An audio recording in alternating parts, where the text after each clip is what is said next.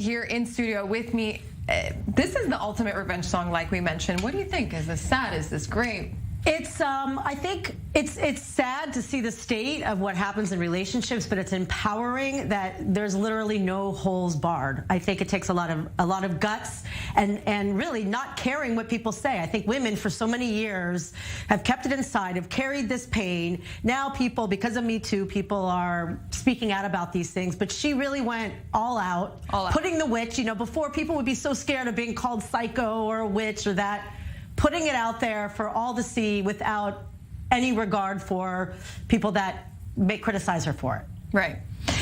Emily, I remember we used to have breakup songs like Toni Braxton's Unbreak My Heart, Sinead O'Connor, Nothing Compares, half of Mariah Carey's songs. Is this a sign that the times are changing? Shakira says women no longer cry over their men. Beyonce, her song Irreplaceable. Yeah. We're having a change of discourse here, right? For sure, for sure. And I think, listen, it doesn't get rid of the fact that it is extremely painful to be cheated on and to go through something like this. But, you know, and part of grieving a relationship is having all kinds of feelings. Anger, sadness, and whatnot. So I think, you know, putting words mildly is a thing of the past. I mean, some of the things that she said in the song were just really like, a she-wolf like me isn't for guys like you.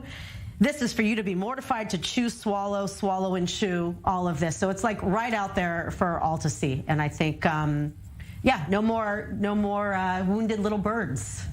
And Piqué is trying to defend himself, saying, you know, this is absolutely normal. There seems to be no sympathy for him on this one. Yeah, I think he deserves it.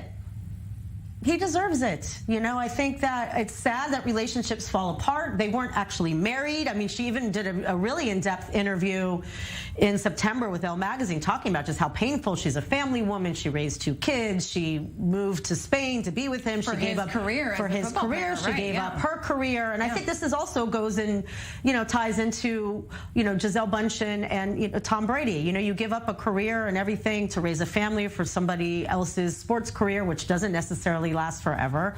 And she's angry and she has a right to be. Yeah, absolutely. And now she's finally able to reap some sort of financial benefits, especially when she's got all these legal proceedings against her for tax evasion. Not an easy time. Not an easy time. And it's still sad. I mean, her kids still have to, you know, live with this song. I'm sure that's not easy.